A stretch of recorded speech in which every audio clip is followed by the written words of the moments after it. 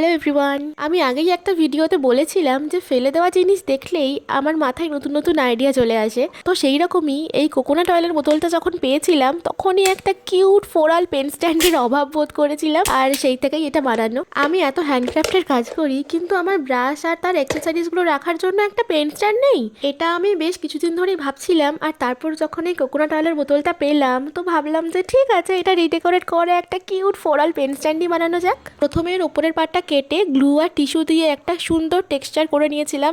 এই রাফ টেক্সচারটা আমার জন্য খুবই ইম্পর্টেন্ট, কারণ এরকমভাবে আমি ম্যাক্সিমাম কাজগুলো করি আর বাকি কাজটা এর উপরেই হবে। আচ্ছা, প্রথম থেকে ভেবে রেখেছিলাম যে এটার উপরে আমি ফুলই বানাবো, কিন্তু একটা অন্য ডিজাইনের অন্য স্টাইলের একটা সুন্দর ফুল বানাবো, যেটা আগে কখনো বানাইনি, মানে যেটা নিয়ে আগে কখনো কাজ করিনি। এরকম একটা কিছু বানানোর প্ল্যান ছিল, কিন্তু আলটিমেট আমি সেই রকমই একটা কিছু বানিয়ে ফেললাম যেটা আগে করেছি। কেন জানি না এরকম হয় আমার সাথে, প্রত্যেকবার হয় এরকম। কি আর করা যাবে, স্যাড লাইফ আমার। প্রথমে এখানে ক্লে দিয়ে ডালপালাগুলো করে নিয়েছিলাম, আর তারপর পাতাগুলো করার সময় একটু প্রবলেম হচ্ছিল।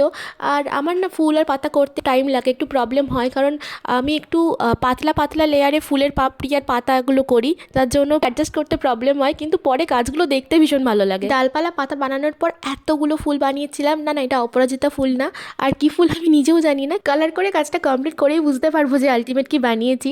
তো আজকে এই পর্যন্তই থাক, ক্লেটা শুকুক, পরের দিন এসে গল্প করতে করতে বাকি কাজটা করব।